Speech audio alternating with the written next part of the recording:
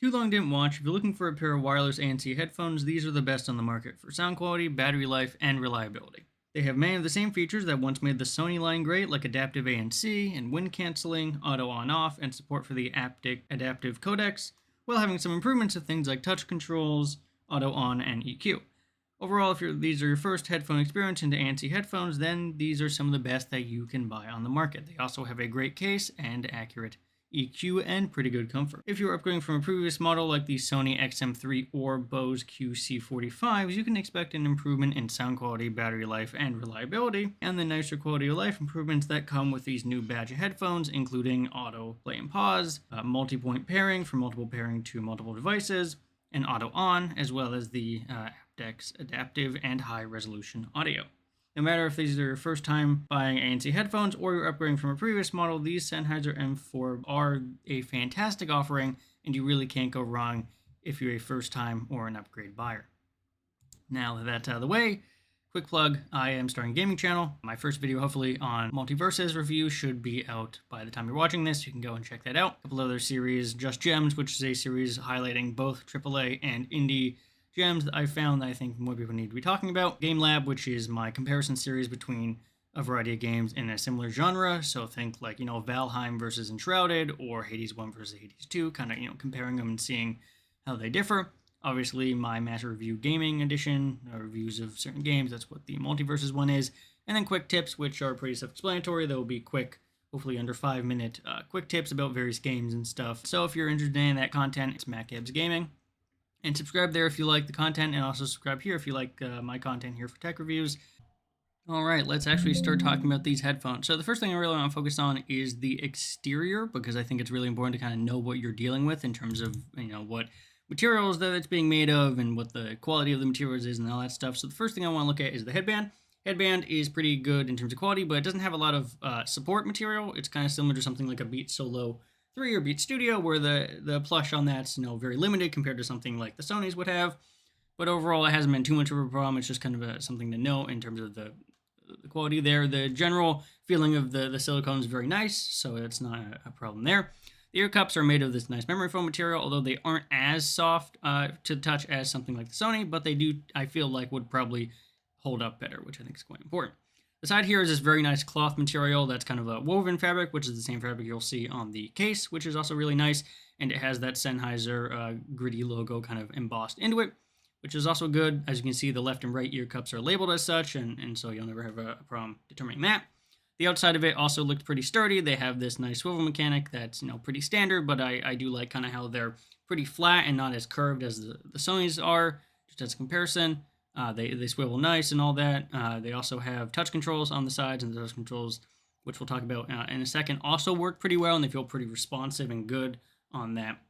The ear cup, these are obviously plastic, as you can probably tell, and the white also looks pretty nice. Not sure how that will hold up over time, but overall I think that's pretty good. As you can see from the kind of side there, we have the USB-C port, which also acts as a USB audio, so you can use that. We have the one power button. We also have a battery indicator, which I really like, so you can actually see the battery indicator of it.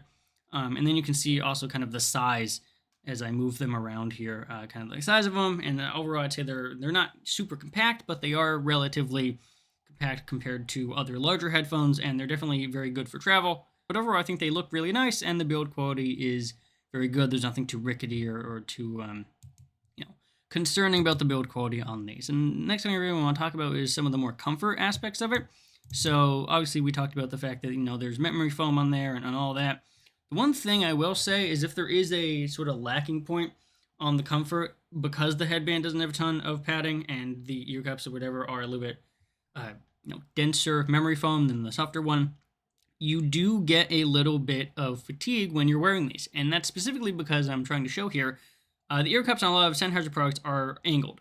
That's not a problem. What does become a problem is when they're angled, because they're not flat, you have to put stuff like sensors and things for these ear cups to work around the corner. And I'm trying to show here, there's a little metal sensor in the right ear cup that basically tries to detect auto on off. That does rub against the top of my ear here and become annoying after a while. That is obviously due to my ears, whether they're normal or not. It's ultimately a thing I noticed, and I think I was kind of a little bit disappointed about. Just as something that I know, and I'm like, okay, yeah, that's kind of annoying. It's kind of getting a little irritating there to have that and have it rub up against it. But overall, I do like the auto on-off functionality. I just wish it was a little bit, less in the way, at least for my ears. Obviously, comfort's going to be different, but for me, that was kind of a thing that I noticed immediately when using these. But generally speaking, all the other comfort factors work pretty well, right? It doesn't get too hot. The memory foam feels pretty nice. The band works well. And overall, they are comfortable. It's just something that I think everyone should note, that there is going to be that thing in the corner there, and if you feel it and it gets fatiguing, that's what it is. It's an auto on-off sensor, and it's because the ear cups are kind of angled. So the next thing I want to kind of go to is the accessories. So I really want to look at the accessories here because I think the accessories are, pretty standard. We have an airplane adapter with a little airplane symbol. We have the, audio jack. In this case, it is a 2.5 in audio jack to a 3.5 angled out, which is also really good. We have the usual books and stuff, and then we also have a little pouch there that you can use. The USB cable is also really nice because it's obviously brand Sennheiser. It's USB-C to USB-A, and the other thing is obviously you can use it with USB audio, which I do really like. So it seems pretty sturdy. It's also pretty long. I like that. One issue is the one I got with the Sony's was very short, and so you could basically do nothing with it. I do like how this is actually an appropriate length, so you could actually charge these and have it actually feel like you can charge them instead of having to get a separate cable. So that's always appreciated. Moving on to the next thing, I think the main kind of thing I want to look at is, before we go on to something like the controls, which I do showcase, is a little bit of the functionality in terms of like the on-off and sort of the features on the headset itself. So I'm going to be playing audio in the background. Hopefully my voice doesn't overshadow it. But if you listen, you'll hear a little connected chime. Basically, when you pick up the headphones and turn them, they have a little on-off thing that you turn them and it bing and it hits it, right? And I really like that because it basically just immediately says auto on and I can use them. Don't have to think with that. All right, so now we're getting to the app functions. The app functions pretty well, but the good thing is you don't have to use it. So unlike something like the Sony app where you kind of do have to use it to set up things like the active ANC and, change the ANC levels and do, focus on voice and that kind of stuff, you don't actually have to use this a lot of the time, so it's really nice. You can just basically set things and then forget them, which I think is generally a pretty good advantage. So you have the app here and it works pretty well. You have stuff like being able to change your touch controls as usual. And then you have things like the adaptive ANC, which is the same as the Sony, actually. You can basically set it manually through a slider between ANC and transparency mode, as well as adaptive. The adaptive one obviously changes depending on your location. Similar with that, you have something called a sound zone, which is a kind of a location ping. So you can say, if I'm at the gym or if I'm at my house, or if I'm at work, it'll have a different ANC level. Touch controls are also enabled. You can disable that with the button right there, which is pretty nice. You also have things like the equalizer and sound personalization. The equalizer has some nice additional features like being able to change, the bass boost and podcast irrespective of something like the actual EQ settings, and there's 5 bars with that as well, which is nice. You have things like more settings like, wind canceling and phone call stuff for the active ANC, which is pretty good. And you have the connection management, allowing, multi-point connection right there and being able to manage that, which is also very good. Something that the Sony doesn't really have, or at least the XM3s didn't have, is that ability. That's good. In terms of the EQ, we have, as we talked about, the EQ, but there's also presets, stuff for like rock, dance, hip-hop, all that stuff. You can change the 5 levels here. And you can also do a sound personalization, which gives you your own personalization depending on what you're listening to. You have a Discover page that just kind of showcases various songs and various artists or whatever they're using Sennheiser products. And then more importantly, you have the device section. Now the device section, you want to increase the audio resolution to high res so you can get that aptX adaptive codecs, as well as when things are on, stuff like comfort call will be on, which gives phone calls a natural sound and, doing things like noise canceling, wind canceling, that kind of stuff. So overall, I think the app works pretty well. The other thing I think that works pretty well in terms of controlling is the actual controls themselves. So one thing I really liked about the controls is they were pretty easy to use, and there's some unique controls that the Sonys don't have. So play, pause by tapping it worked pretty well. Skip track forward, skip track or go back a track back. Volume up, volume down. The volume up, volume down can also be dependent on like the velocity of how you're moving it. So if you just do it a little bit, it'll go up 1. If you do it a lot, it'll go up like 3. And down's the same thing. If you double tap, it'll change between ANC and transparency. So if you double tap, it'll go transparency and it'll pause the music. If you double tap again, it'll go back to full ANC or down a level of ANC. And then if you pinch and expand your fingers on the right ear cup, it'll actually increase and decrease that level. So pinching goes down a level, pinching goes down a level, and pulling, like open, goes up a level. And you can see that later on when we look at specifically the app and we actually see that happening in real time. I can pinch and it'll go down, and I can pull and it'll go up. So the last thing we're going to be talking about now, I think, is music. So I'm going to be playing 5 different tracks with a visualizer in the background. I'll show you what the song title is and the album art and all that. And there'll be no audio for that section because I just want to kind of let it play out and let it see, you know, kind of what the music is about and let the music speak for itself.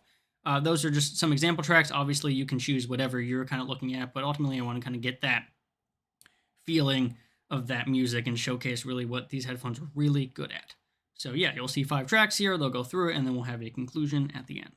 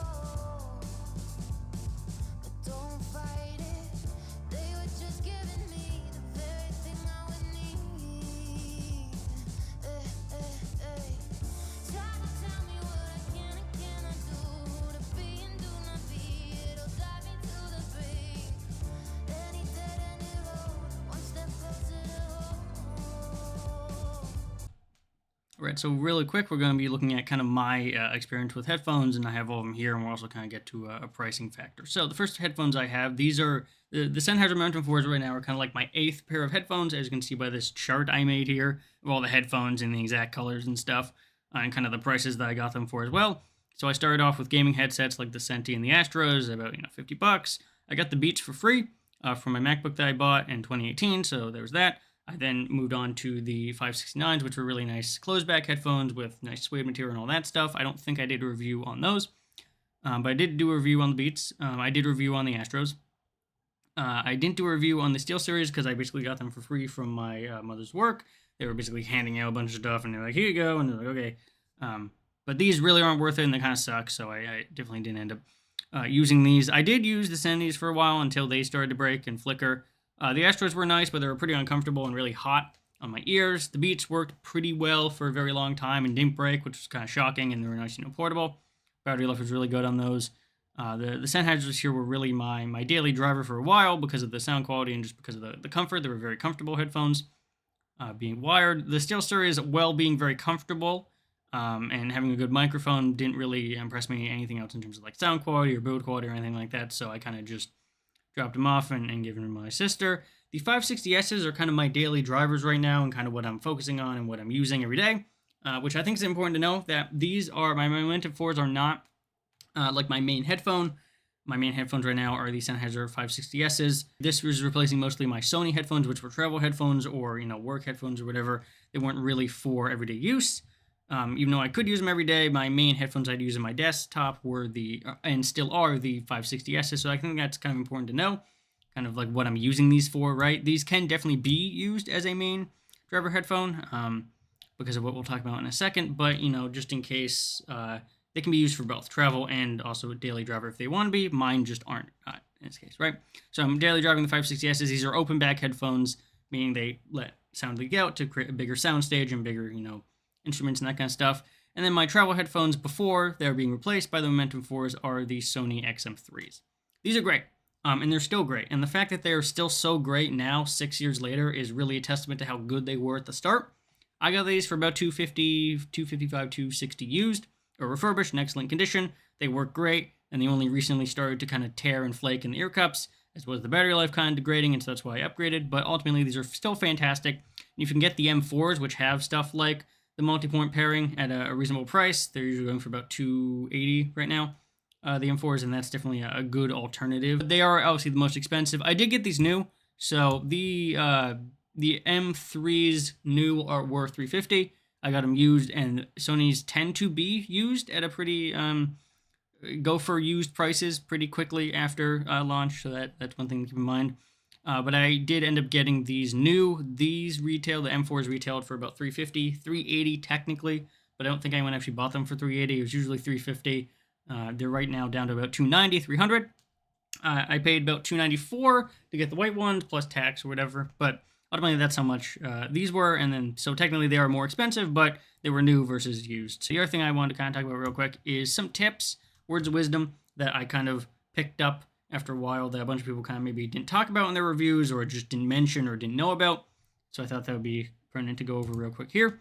I have about 6 things. So first thing, really important that not a lot of people know, you can use the USB cable for audio. The USB cable that it comes with is a nice branded Sennheiser brown one. You can connect that through to a computer or a laptop or anything and use audio through USB, which also means you can use them while charging, which is pretty cool. The auto power off, so there are some complaints for connection issues for these headphones, and I haven't had any connection issues in my time. One thing I did notice is that the auto power off after 15 minutes does auto power it off, but then when you put back up the headphones because they have auto on, it'll automatically connect again. So that's maybe where a lot of these connection issues that people have are coming from, because it's a little unusual to have the headphone there turn off really quickly and then automatically come back on when you put them on.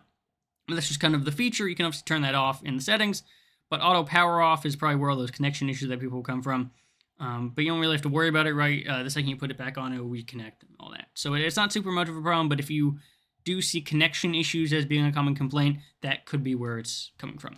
The other thing is that the EQ in the app can be added bass or added audio boost, irrespective of whatever EQ that you're being used with. That's something that the Sonys don't do, so you have to kind of choose a bass boost EQ or choose an audio or podcast EQ. There's not really a toggle that's different from an EQ preset. Another thing by buying it new that a couple of these other ones don't have is a 2-year warranty. So, if anything goes wrong or there's any problems with the headband or any material quality issues, that 2-year warranty will come in handy. Enabling aptX Adaptive in settings. So these are not on by default, and I suggest you enable it. You go to the settings, you can go to the codecs, enable high resolution audio. It'll say restart, you can restart, it'll reconnect, and then it'll give you high resolution adaptive ATX audio in the settings, which does sound better a lot of the time, and overall just is something you should turn on, but it's off by default, so definitely enable that. And the last and sixth tip I have here is you don't actually have to use the app all the time. So one thing that I really appreciate is the fact that when I put the headphones on and it connects to the app, it doesn't reset a bunch of things back to whatever the default is. It stays where you put things. One annoying part about the Sonys was every time I open them, I have to open the app and change the noise canceling slider from noise canceling to like 15 or whatever on the levels, and turn on focus on voice, because every time it would default to noise canceling, and a lot of the time I didn't want to have all noise canceling all the time. I wanted to kind of be somewhere in the middle, and it wouldn't let me do that. It would always default to noise canceling and have to change it. You don't have to do that here. You can basically ignore the app if you really want to, and just put it on headphones and use it as normal, which is also a really nice feature. Alright, so now we're going to be looking at alternatives that you can buy to the Sennheiser Momentum 4s if you were looking for something that might be a little bit different, or maybe not as, in the weeds or whatever. Then there's some other options that you can look at. So first we have the competitor from Sony, which is the Sony WH-1000X M5s. These are the current model of the M5s. The M6s are probably going to be coming out sometime next year, so you don't really have to worry too much about them being replaced too soon.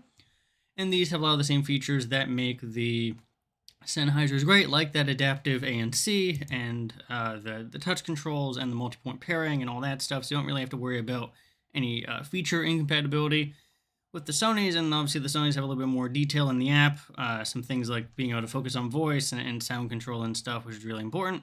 If that's really important to you, then obviously these are going to be a good pick, and these are probably the closest competitor to something like the Momentum 4s, but they don't tend to have the battery life or the sound quality that the Momentums do. But these are also, a pretty good pick, and tend to go on refurbished sale a little bit sooner than the other ones do.